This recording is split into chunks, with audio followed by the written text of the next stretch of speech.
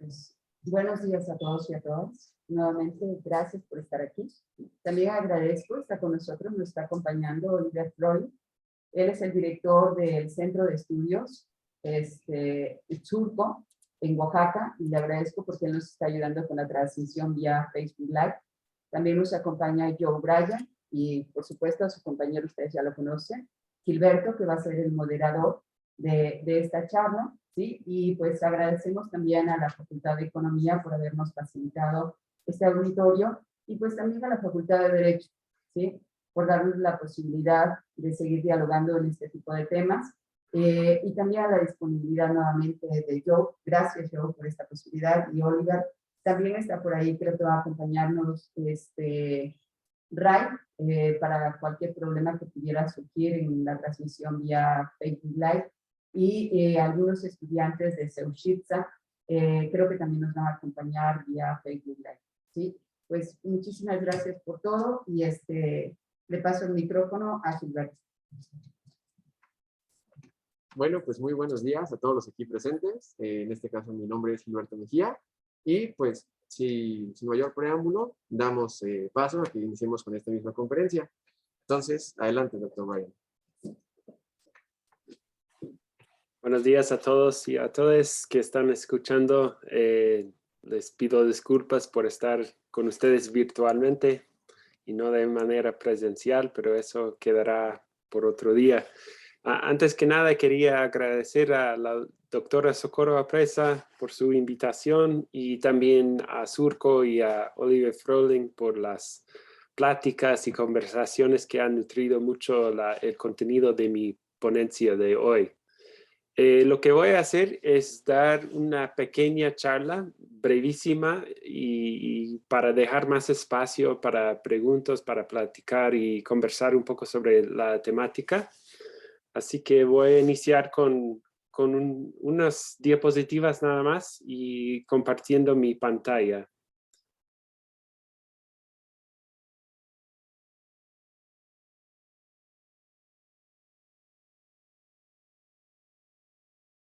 ¿Sí me ven? ¿Sí bien? Creo que sí puedo ver al fondo. Ok, gracias. Como ya saben, yo me llamo Joe Bryan, soy profesor de geografía en la Universidad de Colorado Boulder y actualmente llevo muchos años ya trabajando con el tema de derechos territoriales en pueblos indígenas. He trabajado en muchos países de América Latina, tanto como los Estados Unidos, y con breves experiencias en Canadá también trabajando con pueblos allí. Así que voy a estar pescando de esa experiencia para presentar unas preguntas y provocaciones más que nada que tengo con respecto al concepto de territorio. Así que esa es la pregunta que quiero tratar hoy, que es básicamente ¿qué es un territorio? Y por un lado, suena obvio la respuesta, ¿no? O sea, me imagino que todos tienen una idea más o menos de qué es un territorio.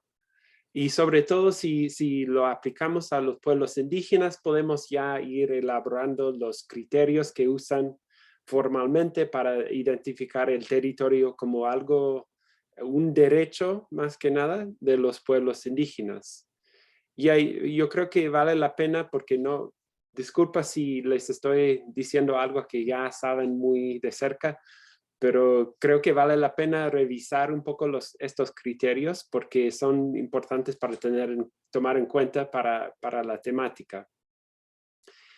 Por uno, el territorio, tal como está planteado en el Convenio 169 y la Declaración de la ONU sobre Pueblos Indígenas, abarca las tierras, recursos, aguas y mares tradicionalmente poseído y ocupado o utilizado por los pueblos indígenas. Es decir, que es un concepto que tiene sus orígenes tal vez en la tierra, pero va más allá de la tierra, ¿no? Y no es solamente tierra como modo de producción. Otro criterio que se aplica mucho es que el territorio corresponde a una posesión o una ocupancia previa a la presencia del Estado. Por eso sigue siendo un fundamento geográfico a la soberanía, tanto para los estados, que vamos a hablar un poco más de eso próximamente, como en las comunidades. O sea, es el espacio donde se puede ejercer lo que es la autonomía o soberanía sobre un territorio. Ese es un concepto que tal vez no tiene tanta aplicación en México, pero sí es de alta importancia para pueblos en otros países. Por eso es parte de los derechos fundamentales de los pueblos indígenas, ¿no? Por eso tiene gran espacio tanto en el Convenio 169 como la Declaración de la ONU, siendo ello uno de las partes más, digamos, elementales de todo ese concepto de derechos de pueblos indígenas. Luego,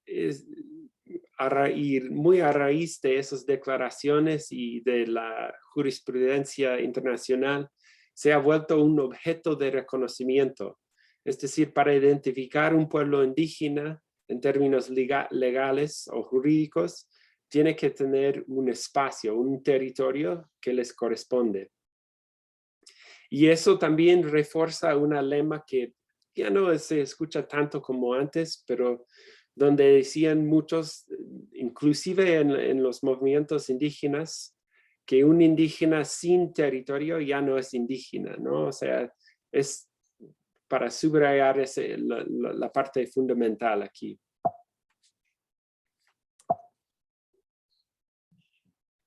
Entonces, para simplificar todo eso, el territorio se puede entender como el espacio definido por una forma cultural o tradicional de ocupancia, ¿no? Y ese es el concepto que actualmente empleamos mucho para identificar qué es un territorio, dónde está, y sobre todo con fines de reconocimiento de derechos territoriales. Y ahí es donde yo he trabajado mucho, siempre junto con abogados, pero desde una perspectiva geográfica. Y más que nada, yo he trabajado, en mi experiencia trabajando con pueblos indígenas, se ha tratado mucho de la elaboración de mapas o de cartografías que muestren los territorios, sobre todo con fines de usar esos mapas para avanzar el reconocimiento de los derechos territoriales de pueblos indígenas.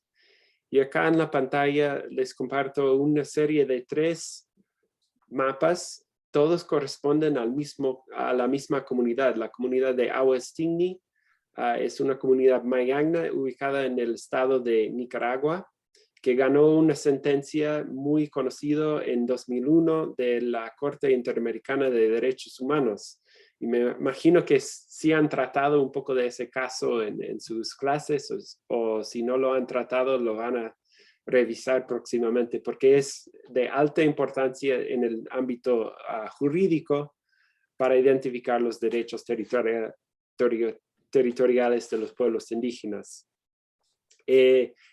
Brevemente, para explicarles qué está en la pantalla, el número 1 es un mapa elaborado por los mismos miembros de la comunidad en el año más o menos 1992, por ahí, 94, que entregaron tanto al Estado como a los abogados que les hizo el contacto primeramente para identificar dónde tenían un reclamo.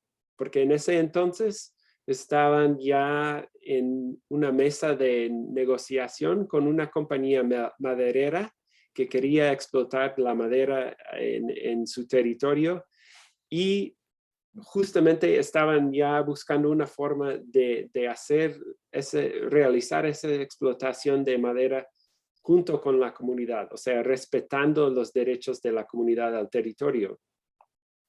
Lo que pasa brevemente en el caso de Awestingni es que luego el Estado nicaragüense otorgó una concesión por encima de ese territorio, ya entregando los derechos exclusivos de explotar la madera a otra compañía de fondos coreanos que se llama Solcarsa.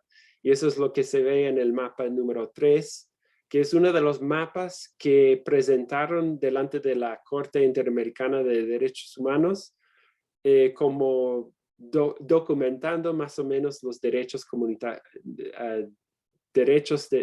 territoriales de la comunidad. Y la parte 2 que está arriba, ese es un detalle nada más de las prácticas o las metodologías de etnocartografía, donde pasaron el mapa número 1 que ves para llenar más información, más evidencias de la relación cultural que tenía la gente con ese territorio, para luego pasarlos al sistema de SIG y para sacar el mapa que ves en el número 3. Aquí va otro mapa del Belice. Ese es de una comunidad Quechí, Maya Quechí, del sur de Belice. Ellos también tienen un proceso delante la Comisión Interamericana de Derechos Humanos. Por razones coloniales antiguos, ellos no tienen tanto acceso al Corte Interamericano, sino que tienen acceso al Corte Caribeña de Justicia. ¿Va bien?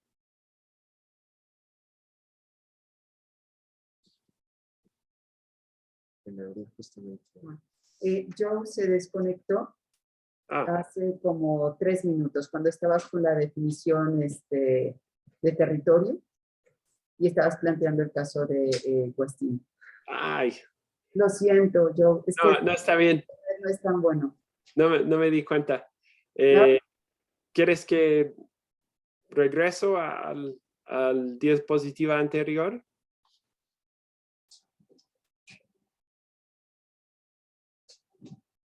Ay, perfecto. Gracias.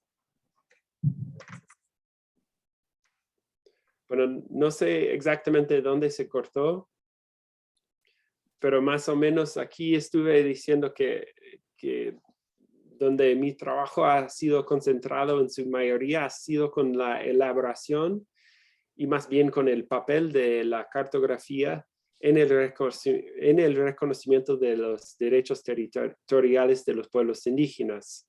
Y aquí en esa diapositiva son unas muestras de un caso donde yo trabajé muy de cerca, que es el caso de la comunidad Mayangna de Awastini, que llevó un reclamo hasta la Corte Interamericana de Derechos Humanos, donde ganaron una sentencia muy conocida ya en 2001.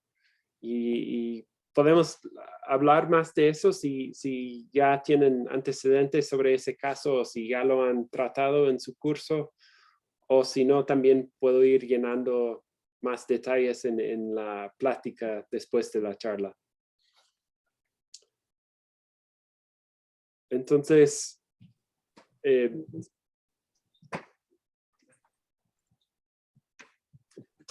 este mapa ya escucharon, o sea, ¿reconectó antes de hablar de ese mapa? Sí. Sí. Ok. Y acá va otro detalle de una cartografía que hice con un pueblo aquí en los Estados Unidos, el pueblo Maidu, que actualmente viven, bueno, digamos en términos coloniales, en el estado de California, en el noreste de California. Y en ese caso, otra vez, el objetivo era de ganar un nivel de reconocimiento de los derechos territoriales de la comunidad, con fines de contar con su presencia en toda una serie de megaproyectos que estaban planteados para ese área. Y aquí esa comunidad llevaba ya más que un siglo ahora con experiencias de megaproyectos. Aquí la metodología era seguir digamos, la ruta del ser que hizo la Tierra, o el mundo más bien. Y esa es la línea café que ves circulando ahí por la pantalla. arriba en la pantalla ves un lago que se llama Almanor en inglés.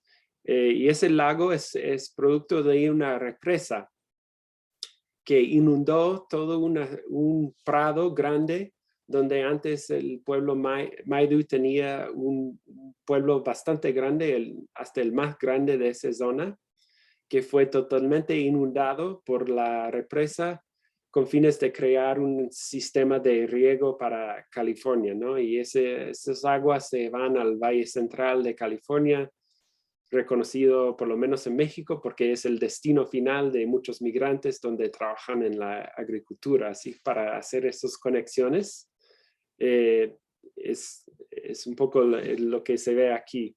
Y otra vez aquí lo que ves es el enfoque en lo cultural. Aquí los toponimios van en Maidu, tanto como en inglés. Otra vez para mostrar digamos, profundidad de la relación histórica que tienen ese pueblo con el espacio contemplado en la cartografía.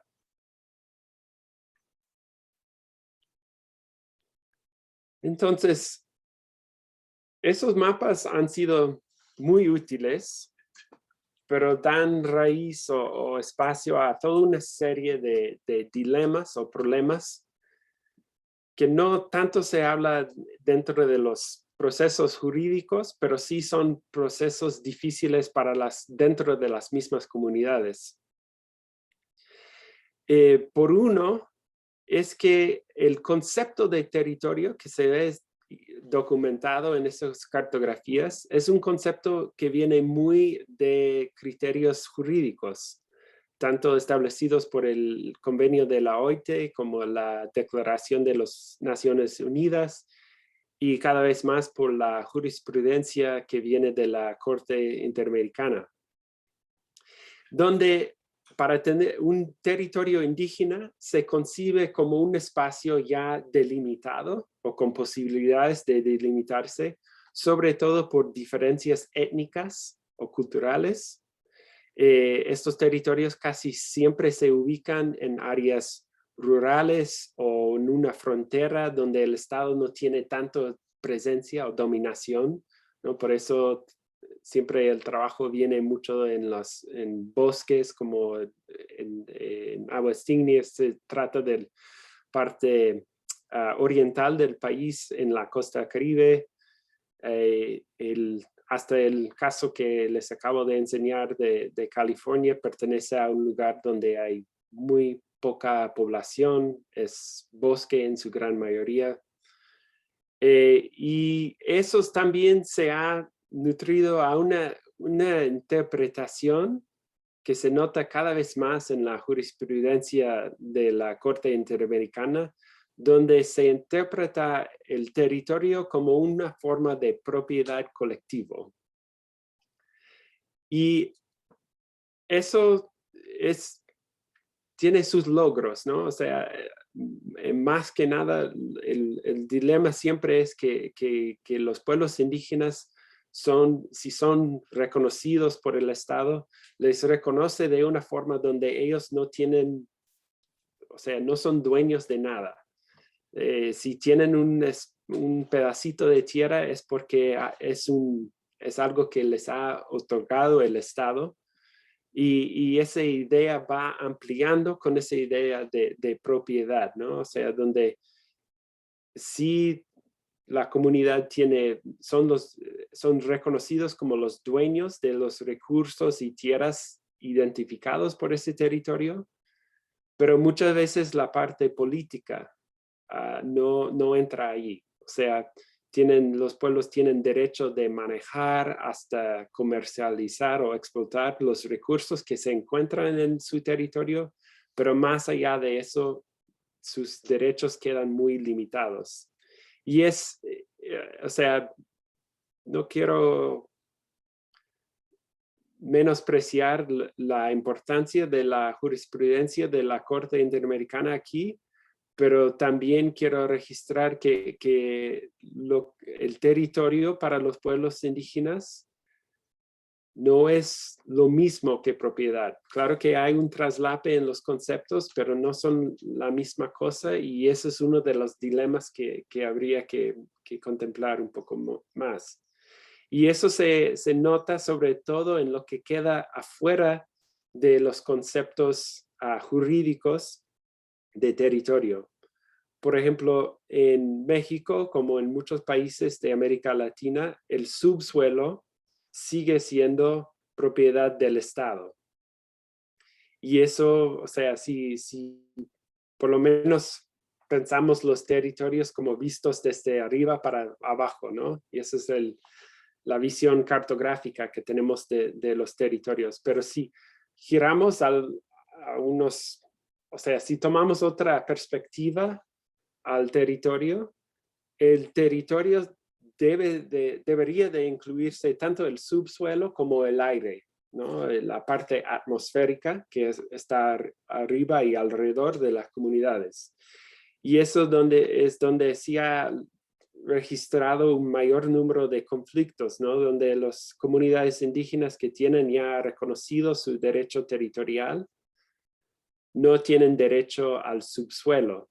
Lo que tiene más que nada ahora es la obligación para negociar la entrada de mineras, de petroleros, lo que sea, en sus territorios, una vez que el Estado les ha reconocido el derecho de propiedad colectivo.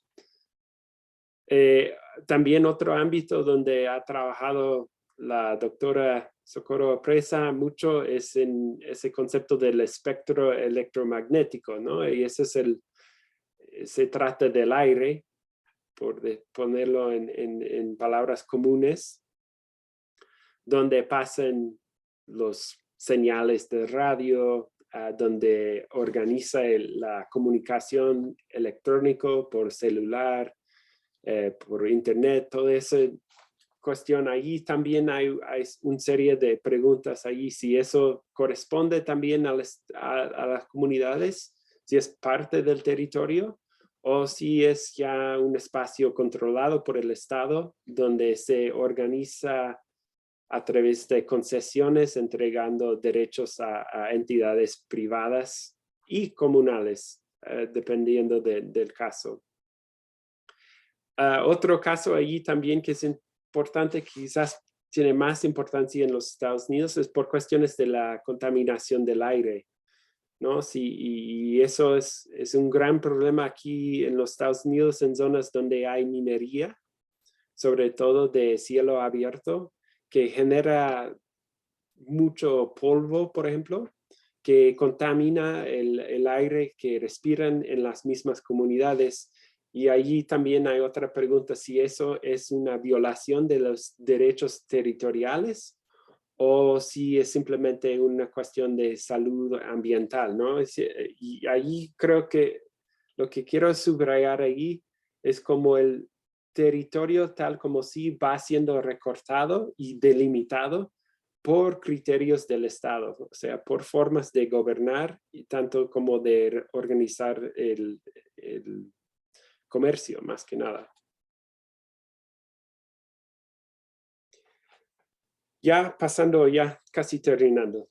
O sea, otras cosas que se ponen al pie, más que nada en los debates territoriales, es el derecho de exclusión, ¿no? Y el concepto de territorio, más que nada, viene o implica un derecho de excluir los que no pertenecen a ese territorio. Y eso esa práctica o ese aspecto del territorio es algo altamente conocido por los pueblos indígenas, porque por mucha de la historia, su experiencia ha sido de ser excluidos de un territorio nacional.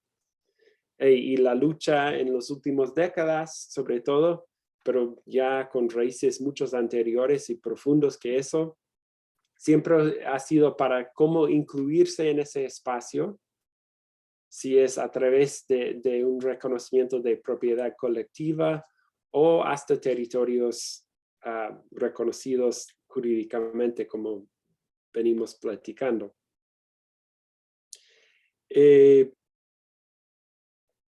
Hay varias cosas que se puede decir aquí, pero lo que quiero subrayar aquí que el concepto de territorio que manejamos es muy definido por el Estado.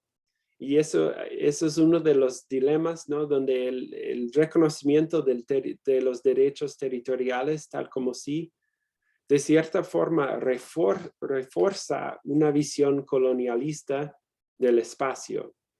Y muchas veces es el mismo, o sea, refuerza un concepto del espacio que los mismos reclamos buscan disputar. Y ese es uno de los dilemas muy actuales en las comunidades donde tienen ya toda una experiencia con el reconocimiento de derechos territoriales. Y podemos ir explicando eso un poco más, pero antes de nada, quería ya pasar un poco a cómo se ha pensado esas cuestiones desde el trabajo que he hecho con las comunidades, porque allí, o sea, claro que entro como el experto, por así decir, en cuestiones de cartografía, pero la verdad es que eso no quiere decir que yo sé cómo es el territorio y cómo definirlo. Más bien, abre un espacio para hacer todas las preguntas que ya les he presentado sobre qué es un territorio. Son debates que se realizan dentro de las mismas comunidades a lo largo de un proceso de cartografía de manera muy cotidiana y común. Por ejemplo, si nos toca hacer una mapa de un territorio, siempre está la pregunta de qué debemos documentar para incluir en ese mapa. Cómo se debería de organizar el espacio con fines de levantar su cartografía. Y ahí es donde todas las preguntas que voy haciendo aquí de forma muy esquemático y quizás teórico, tienen un peso material, o sea, normal que se puede experienciar y conocer en las mismas comunidades. Y de eso quiero, de forma muy esquemática y quizás superficial, quería subrayar por lo menos 4 cosas que vienen de esos movimientos o procesos de reclamar un territorio. Uno es que casi siempre no se trata solamente de la defensa de un territorio, sino de la apropiación de un espacio, o sea, la producción de un territorio.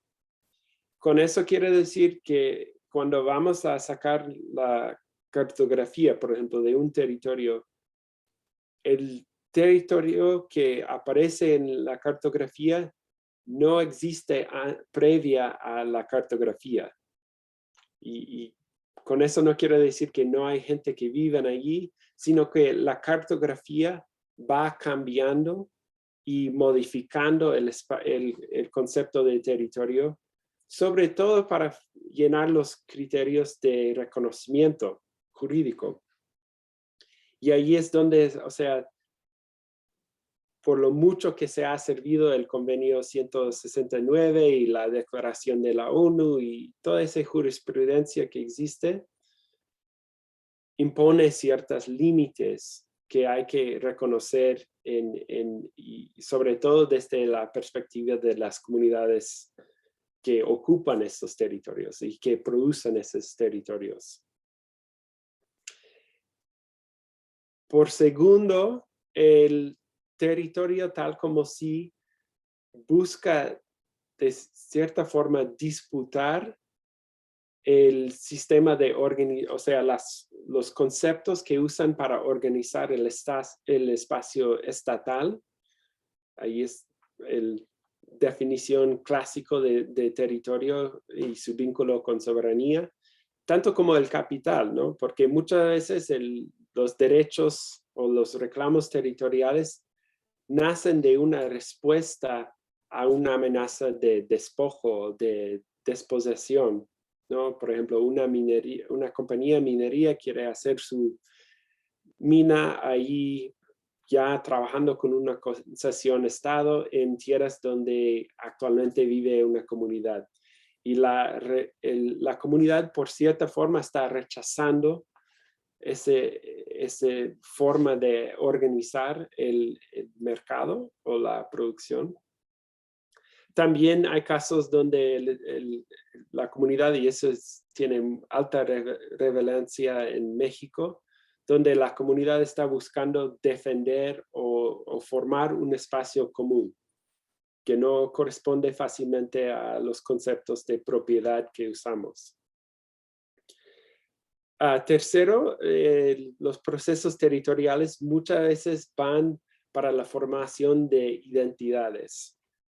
Y eso, o sea, podemos discutir eso más profundamente cuando termino aquí, pero la idea siempre es que un pueblo indígena tiene un territorio, una identidad, y que los dos se coincidan, ¿no? Donde las diferencias étnicas o culturales que distingue o define esa identidad corresponden a límites que podemos dibujar en un mapa, que podemos delimitar en la actualidad. Muchas veces dentro de las comunidades es un poco al revés, o sea, no es decir que no tienen una identidad, pero para definir esa identidad en términos geográficos, tanto como sociales, es algo que les corresponde o que hasta que les obliga a hacer con los procesos de reclamaciones territoriales. Y eso implica brevemente toda una serie de contradicciones muy fuertes para las comunidades.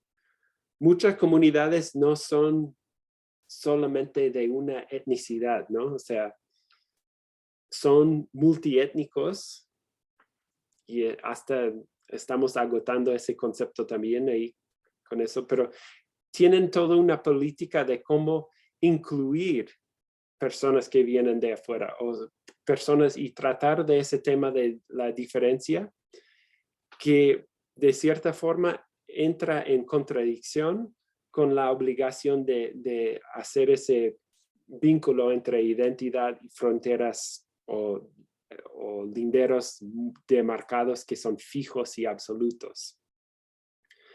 Y por último, el proceso de cartografía, sobre todo, es un proceso pedagógico, ¿no? Y con eso quiero decir que es un proceso de producir conocimientos en las mismas comunidades, donde es un proceso de analizar esas cuestiones de qué es un territorio, qué es el espacio que necesitamos para mantener una forma de vida colectiva, o cuál es el espacio que queremos producir para resolver tal problema o para seguir con ese espacio donde viven. Y esos son los procesos que se conocen, no tanto o sea, de cierta forma, esos procesos tienen que esconderse de los procesos jurídicos, ¿no? Porque si hablas así delante de una corte, da un espacio al Estado o quien sea para decir que, mira, esos pueblos indígenas ya van inventando cosas y que no son reales y no hay que tomarles en cuenta. Y, o sea, suena estúpido, pero esos sí son argumentos que los mismos estados hacen comúnmente en los procesos jurídicos, ¿no? Para decir que todo es invención. Y por un lado tienen razón, ¿no? Porque hasta el Estado está inventando cosas para ir con ese proceso. El mismo concepto de territorio de los estados es una invención, si queremos hablar de esa forma. Entonces, pero también, o sea, una vez que se mete en las comunidades, o se dedica a los procesos de cartografía, te das cuenta de lo difícil y del contenido filosófico y político de esos procesos de crear o formar propiedades, o digamos, territorios. Creo que ya va terminando el tiempo, pero quiero concluir con un proceso de unos notas breves sobre un proceso donde participé en Honduras con un pueblo Miskito, una federación Miskito ahí, para darles una idea de cómo se concretiza esos procesos.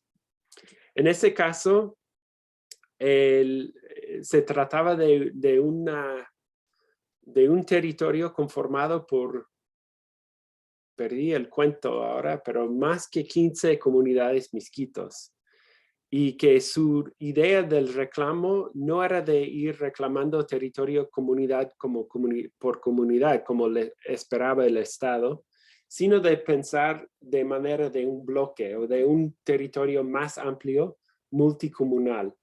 Y eso venía directamente de sus propias experiencias. O sea, la comunidad aislada no existe tal como sí, siempre existe en relación a otras comunidades. Y querían formar un espacio con fines de buscar el reconocimiento estatal que abarcaba ese espacio amplio.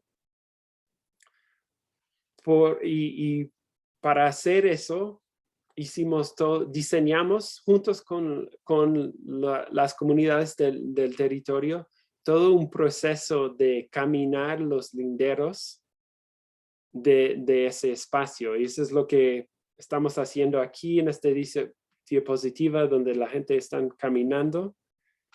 Y aquí en el mapa, digamos, borrador que ves en la pantalla, eso viene de Google Earth. O sea, estamos trabajando con tecnologías sencillos, de cierta forma. Todo lo que ves en naranja son las líneas que caminaron a lo largo de ese proceso. Sin embargo, o sea, el objetivo, eso era para cumplir con el objetivo de sacar un territorio que puede ser reconocido y demarcado por el mismo Estado. Sin embargo, al caminar los linderos, les obligaba a encontrarse con los vecinos, que también en ese caso son en su gran mayoría otras comunidades indígenas, Miskitos, que hablan el mismo idioma, Miskito, y que también tienen sus propias federaciones o bloques territoriales multicomunales. Entonces, lo que hizo las comunidades era de concordarse con los vecinos en donde iban a sacar el lindero con fines de reconocimiento estatal, a la vez que las mismas comunidades firmaron acuerdos entre ellos reconociendo el derecho mutuo de cruzar esas líneas conforme con las prácticas, digamos, tradicionales de uso y ocupación de tierras. Y en términos concretos, eso quiere decir que las comunidades, tal como si reconocen más o menos dónde caen esos linderos, pero también tienen el derecho y están pasando esas fronteras diariamente, ¿no? O sea, conforme con el uso de suelos para agricultura, cacería en este caso, o explotación de recursos maderas. Por ejemplo, en el centro de ese territorio hay un bosque donde sacan todos los troncos para hacer canoas o pipantes, que son muy importantes para esas comunidades porque mucho del transporte traspasa por los ríos. Entonces, el proceso aquí era de fortalecer una idea de un espacio compartido, pero también para sacar el reconocimiento estatal. Y en el final, eso es la cartografía final que entregamos al Estado hondureño ya hace varios años. Y ves ahí algunos puntos marcados en verde, y esos son los puntos donde sacaron acuerdos entre las comunidades vecinos. O sea, cada punto verde que ves en la pantalla tiene un número y ese número corresponde a un acuerdo entre las comunidades reconociendo ese derecho mutuo de cruzar esas líneas. Y les puedo decir que por una historia muy larga y torsionada, esas comunidades ahora ya tienen derecho a ese territorio. Desde el año más o menos 2013-2012, cuando recibieron un título del Estado hondureño, junto con los demás de las federaciones de esa zona. Sin embargo, este espacio, tanto como el lado que corresponde al sur del territorio en la cartografía aquí en la pantalla, que está en Nicaragua, donde está la comunidad de Awastigni, casi todo ese espacio ha sido invadido por terceros, como dicen legalmente en Centroamérica, que son gente que no son miembros de una comunidad indígena, ni representan, ni están allí, cuentan con el respaldo legal o del Estado para estar en esas zonas. O sea, son invasores más que nada. Y ninguna cartografía ni título de tierra ha servido para frenar esa invasión y conversión de tierras comunales en espacios privatizados y con un nivel de deforestación increíble, de los más altos en toda América Latina ahorita. Entonces, esos son los desafíos, ¿no? O sea, que el territorio se trata de una forma de organizar una vida colectiva, de defenderse contra el despojo, y todo eso se realiza a través de la producción de un espacio, o sea, para producir un territorio en vez de meramente defender algo ya establecido. Y lo voy a dejar allí ahorita para dejarles con un planteamiento final, que es algo que hemos debatido mucho, sobre todo en comunidades indígenas, sobre cuál sería una justicia, digamos, geográfica.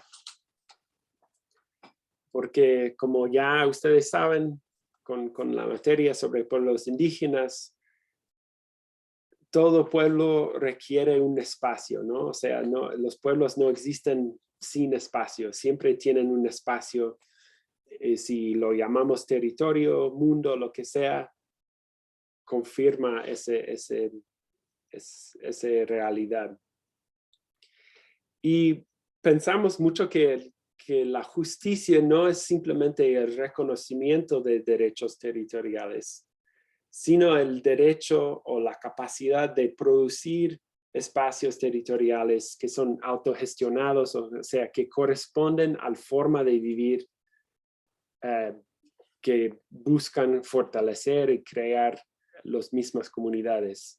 Y con esa idea, o sea, brevemente para tocar unos temas, esa idea quiere decir que los pueblos que se encuentran en zonas urbanas o en la migración también deberían de tener un derecho territorial, aunque se ve, o sea, difícil, pero, o sea, eso es hacia dónde van los retos y los procesos sociales.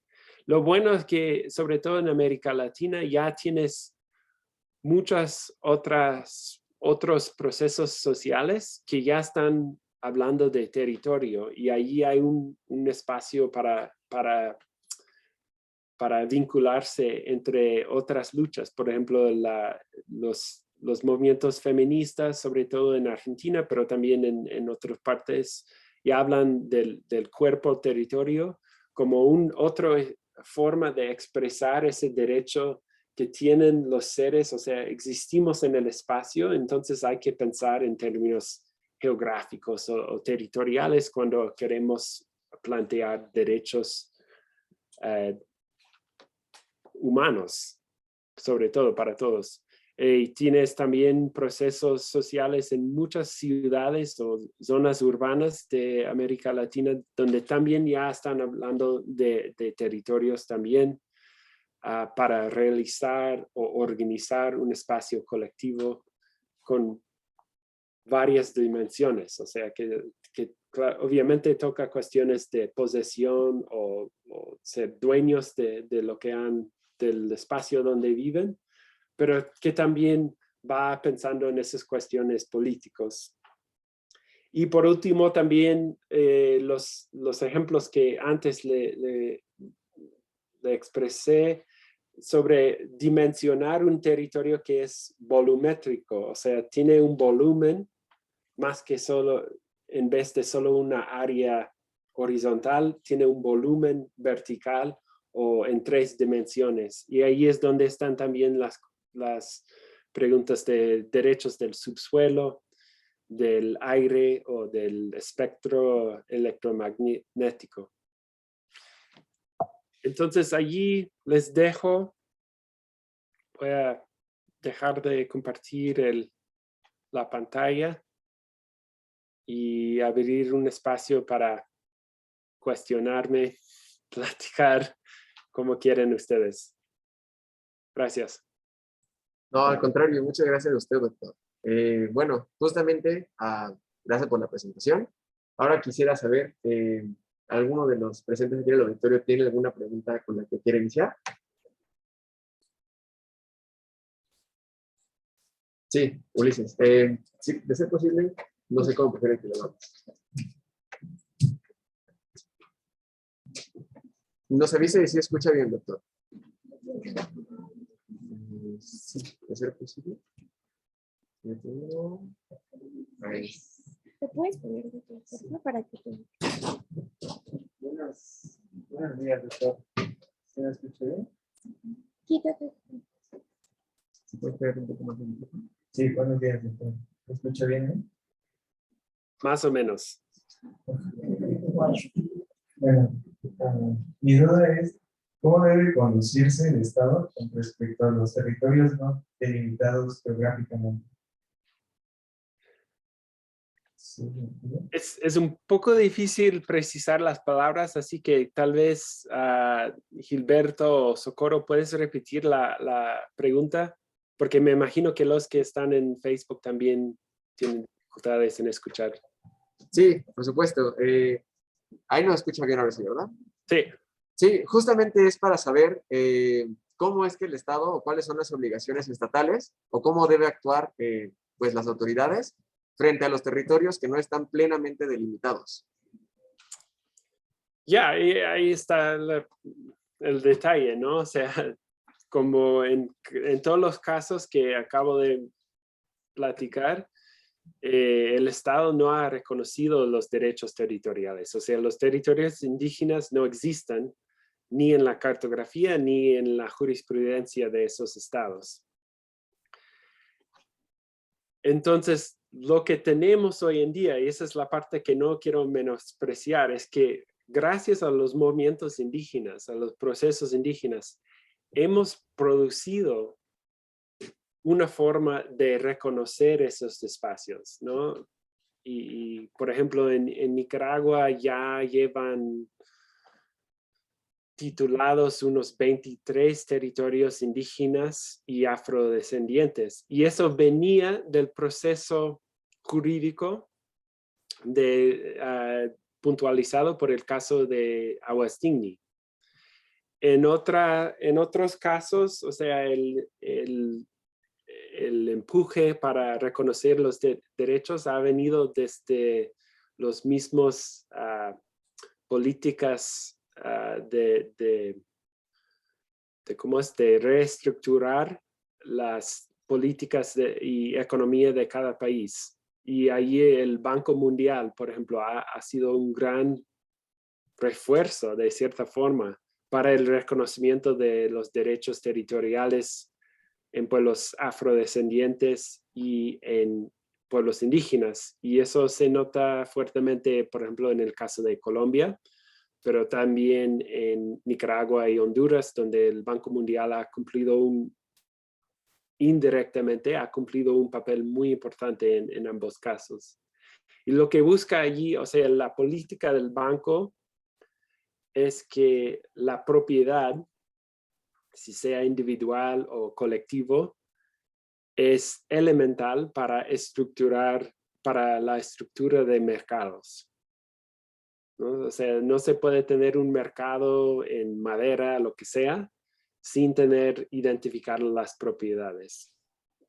Y ese es todo un tema donde podemos ya pasar otro seminario, pero también ha abierto de cierta forma un espacio donde los mapas, como les acabo de enseñar, han sido recibidos y hasta reconocidos. El mismo Banco Mundial, por ejemplo, en el caso que les conté de Honduras, el Banco Mundial agarró la metodología que desarrollamos con las comunidades y lo reconoció como la metodología oficial de delimitar territorios.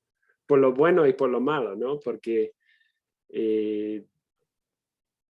ahora ya con una década más de experiencia de tener el título, ya vemos que esos títulos han servido para algunas cosas, pero donde menos han servido es para defender las mismas comunidades frente del despojo que viene realizando los terceros o, digamos, colonos.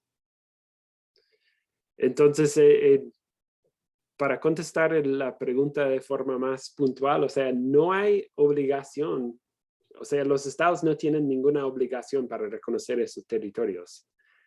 Solo viene a través de procesos sociales, ¿no? O sea, en fin, es producto de una lucha.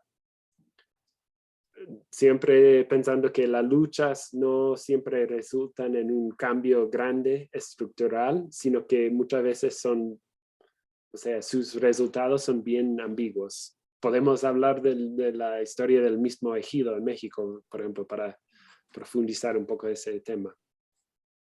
Claro. Muchas gracias, doctor. Bueno, justamente la siguiente pregunta nos la hace llegar nuestra compañera Fátima Santamaría y dice lo siguiente. Comprendo la importancia del territorio, pero siguiendo la crítica que realiza la autora Silvia Cusicanqui, resulta que realiza sobre reducir a los pueblos y comunidades indígenas a mapas. ¿Usted cuál cree que sea la solución para que el Estado evite homogeneizar las comunidades a partir de los mapas mismos? Por ejemplo, en el caso que planteo de Honduras, cada comunidad responde a necesidades diferentes. No son solamente una masa homogénea.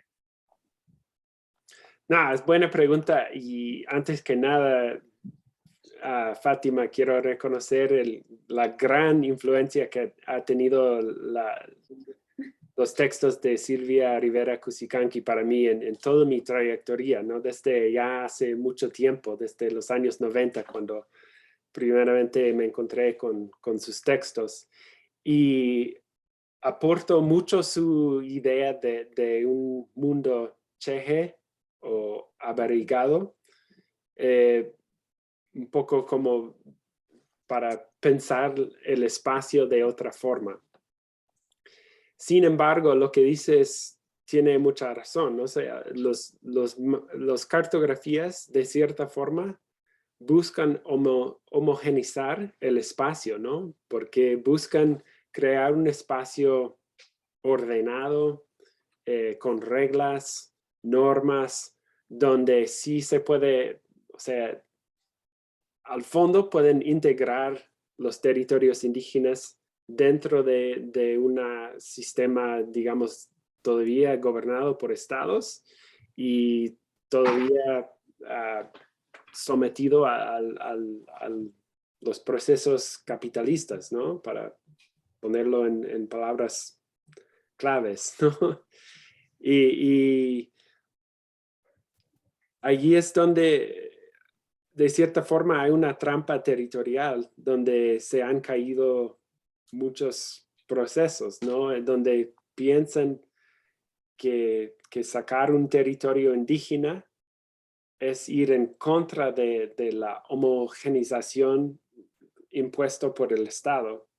Sin embargo, al tener ya reconocido el territorio, caen en el mismo, en una nueva hasta gramática geográfico, podemos decir, donde sí se van homogenizando el espacio, ¿no? Donde el territorio indígena se vuelve como un departamento, un municipio más, ¿no? Aunque con rasgos étnicos. Y ese es el gran problema, y por eso quería decir que muchas comunidades, o sea, no viven, o sea, el espacio que ellos mismos conocen no es tan homogenizado, ¿no? O sea, no hay solo una etnicidad que vive allí. Por ejemplo, y ese es un detalle interesante del proyecto en Honduras, es que la federación se llama FINSMOS, y sus siglos más o menos dicen Federación de Indios, porque todavía usan esa palabra, y nativos, que son gente no indígenas, pero que ya llevan un buen rato viviendo en la zona, hasta integrándose con las comunidades. Y ese tipo de bloque multiétnico es una forma de ir pensando y buscando, digamos, alianzas, ¿no? Que transcursan esas divisiones étnicos que se ponen.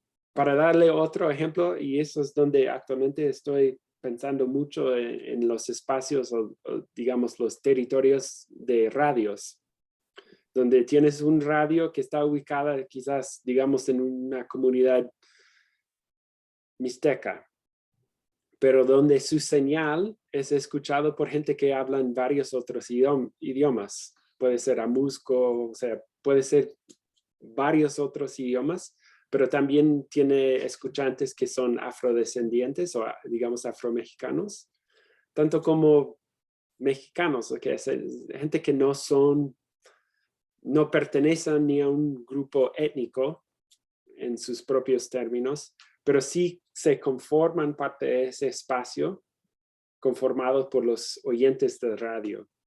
Y allí hay toda una dinámica, ¿no? O sea, si queremos hablar de radioterritorios, ya estamos hablando de un territorio que es abarrigada, como dice la autora Silvia Rivera Cusicanqui, o Cheje, para usar su palabra aymara. Así que eso sí son súper importantes y muy interesantes, y otra vez, como ya les han dado cuenta, es algo que nos toca aprender de los mismos procesos sociales, ¿no? O sea, no hay una resolución que viene de mi parte, más allá que seguir los mismos procesos sociales que están buscando formar estos espacios.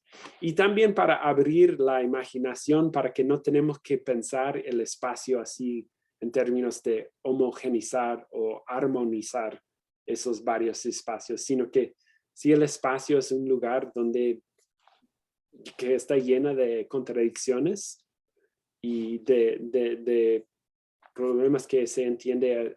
Me gusta mucho la palabra que usa Silvia Rivera de cheje, ¿no?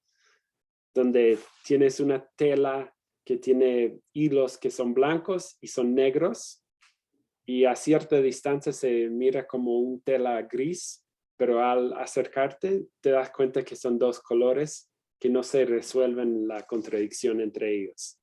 Y es una metáfora, idea muy útil para pensar ese tipo de cosas. Sí, muchas gracias, doctor. Bueno, justamente continuando con las preguntas que se tiene. A propósito de esto mismo, bueno, esta viene una de mi parte.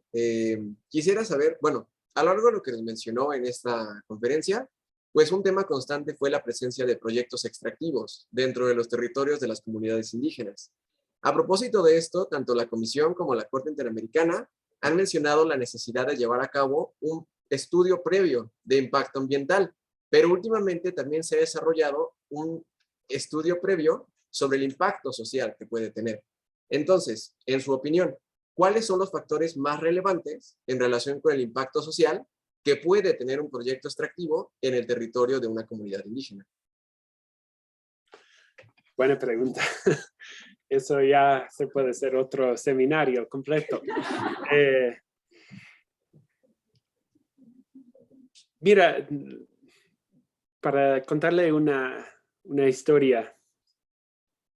Yo, la primera vez que pensé en qué tal sería un mapa de un territorio indígena, venía en el contexto de trabajar con pueblos indígenas en Ecuador que estaban ya luchando contra una ronda de concesiones petroleras en el bosque amazónico de ahí. Y las comunidades buscaban una forma de documentar y hacer visible los impactos que tendría las concesiones petroleras en sus territorios. Y con eso ya comenzamos a hablar entre varios que estaban trabajando el tema. ¿Qué tal sería tener un mapa, ¿no? Que mostraba todo eso? Y eso, fíjate, en los años 95, 96. Entonces ya hace un buen rato, ¿no? Y cuando hacer esa cartografía era más cuestión de tener técnicos, ¿no? Que sabían usar el software, que en ese entonces era como una docena de cajas de discos que tenías que insertar a la compu y ya, toda una historia ahí. Pero venía de un proceso social muy vinculado como una reacción frente a la extracción. Y eso ha sido un tema constante en toda la investigación que he hecho con comunidades indígenas. Y allí también podemos ampliar el concepto de extractivismo para no ser solo minería, sino explotación de madera o hasta conversión de uso de suelos en, digamos, en monocultivos, como por ejemplo en el caso de Paraguay. Hay una serie de casos que se han ido hasta el corte interamericana, donde la producción de soya es un gran parte de eso. Entonces el extractivismo siempre está ahí presente, ¿no?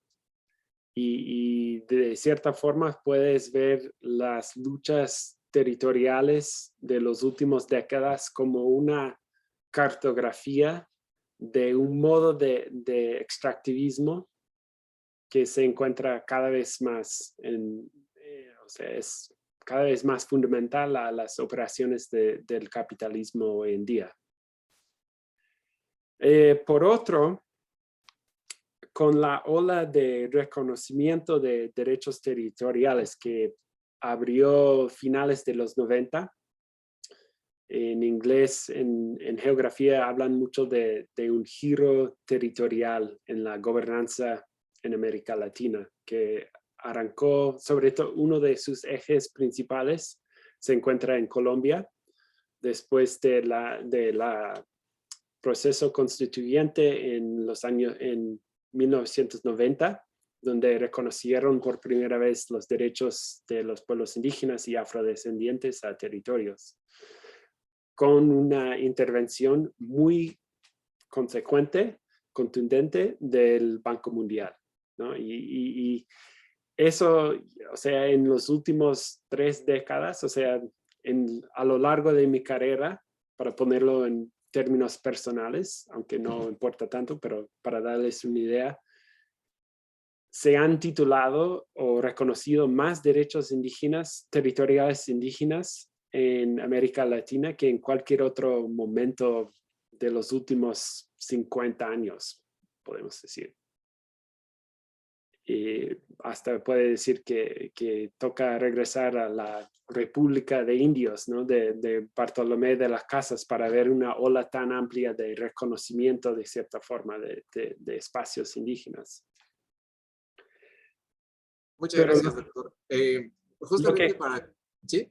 Lo que ha pasado es que en la gran mayoría de los casos donde se han entregado o reconocido los derechos territoriales, después del título venía la pregunta, la obligación por parte del Estado de decir que ahora tienes derecho de ser consultado pero no puedes decir no al proyecto que queremos entrar allí porque el Estado sigue siendo el dueño de los recursos subsuelos, ¿no? O sea, hay consentimiento, puede ser previa, libre e informado, pero la respuesta a las preguntas ya es de cierta forma limitada, sino predeterminada.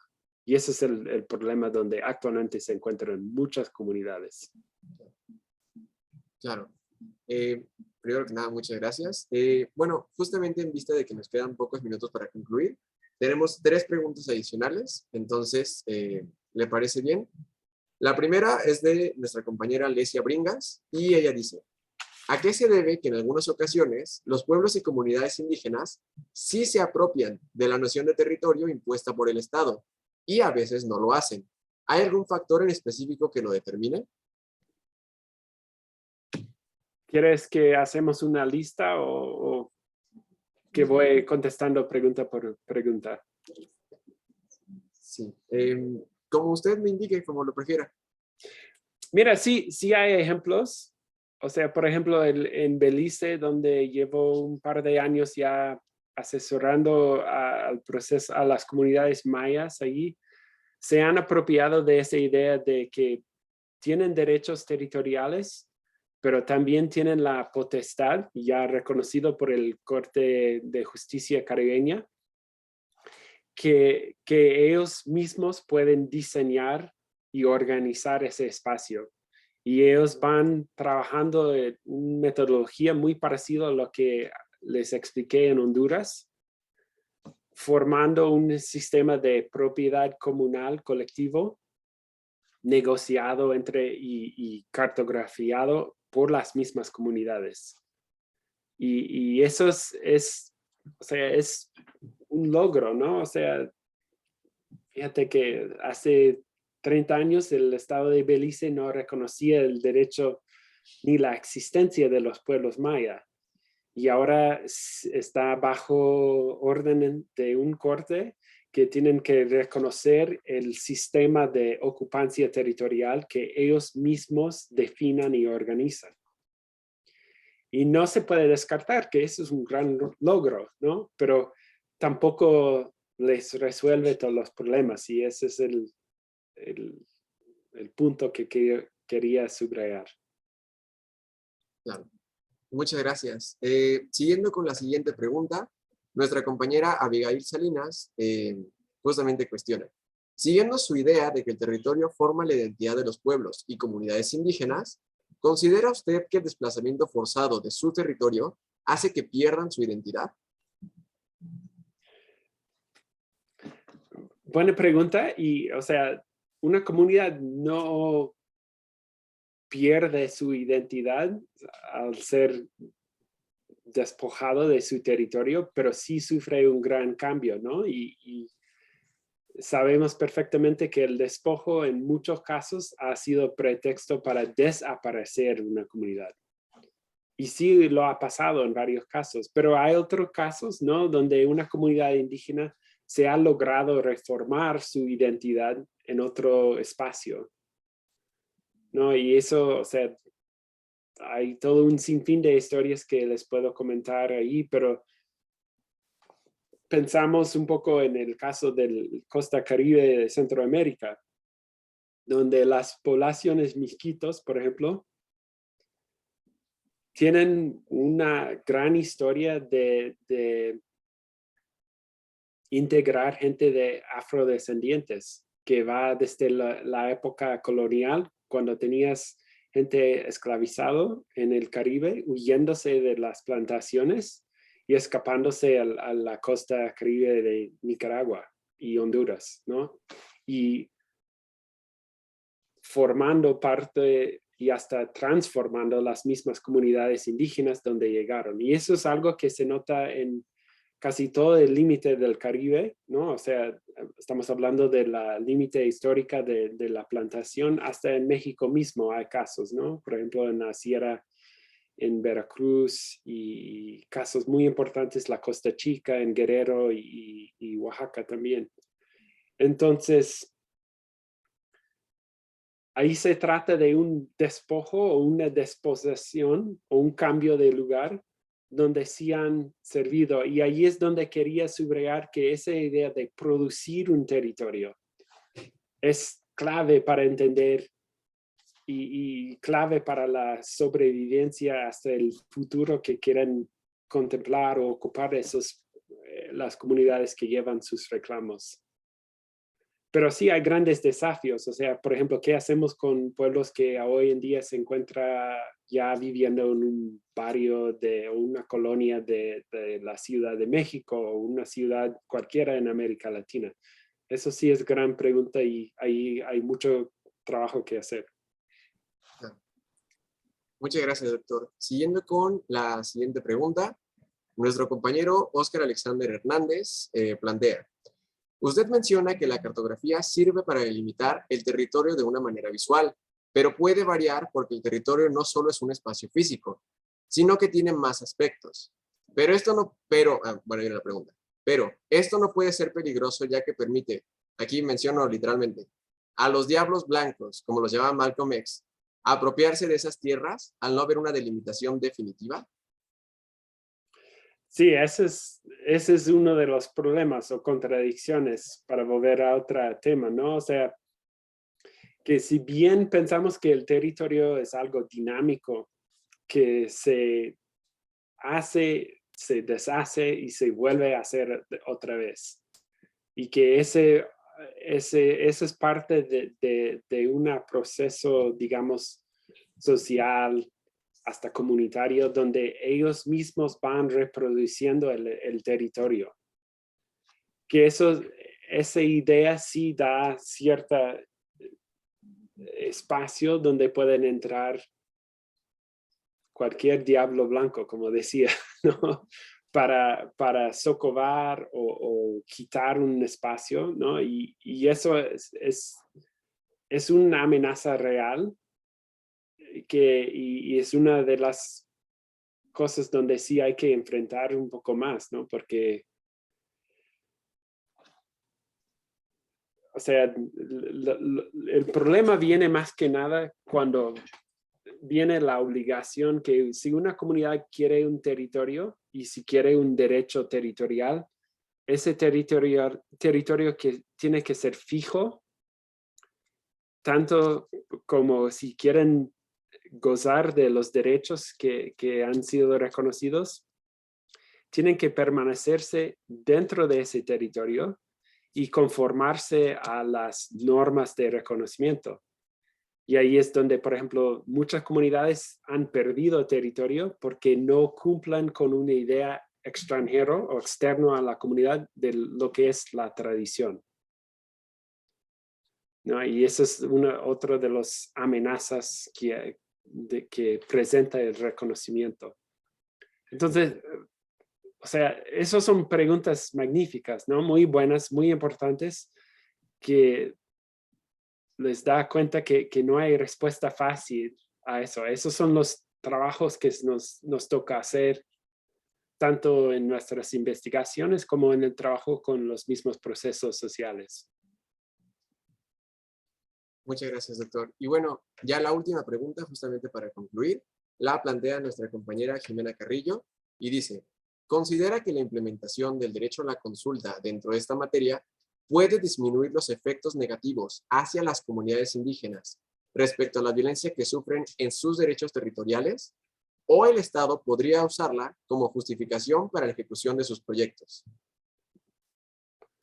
Diría hay los dos son correctos, o sea, no es uno u otro, depende mucho del caso, pero sí hay una tendencia donde el reconocimiento de derechos territoriales ha abierto un espacio para intervención por el Estado, por el mismo capital, que no había antes, ¿no? Y eso o sea, fríamente hay que reconocer esa amenaza que viene con el reconocimiento. Sé que se nos está terminando el tiempo, pero sí, repito, que la pregunta es excelente, solo que no hay respuesta o resolución fácil, ¿no? O sea, son cuestiones que tenemos que pensar y trabajar al futuro junto con los mismos procesos. Claro, sí, sí es un tema que requiere todavía mucho más acercamiento y mucho más estudio. Y bueno, en vista justamente de que terminamos con nuestras preguntas, igual, profesora, ¿quería decir unas palabras para concluir? Yo, muchas gracias y gracias a todos y a todas. Sé que ya tienen clase. Nos encantaría seguir dialogando contigo, pero bueno, esto nos da la posibilidad de seguramente tener otra charla con él y poder profundizar más. De verdad, muchas gracias también a ti, a Oliver, Rolly, también que nos está siguiendo desde Surco, y a todos y a todas que también nos siguen por vía Facebook Live. Gracias.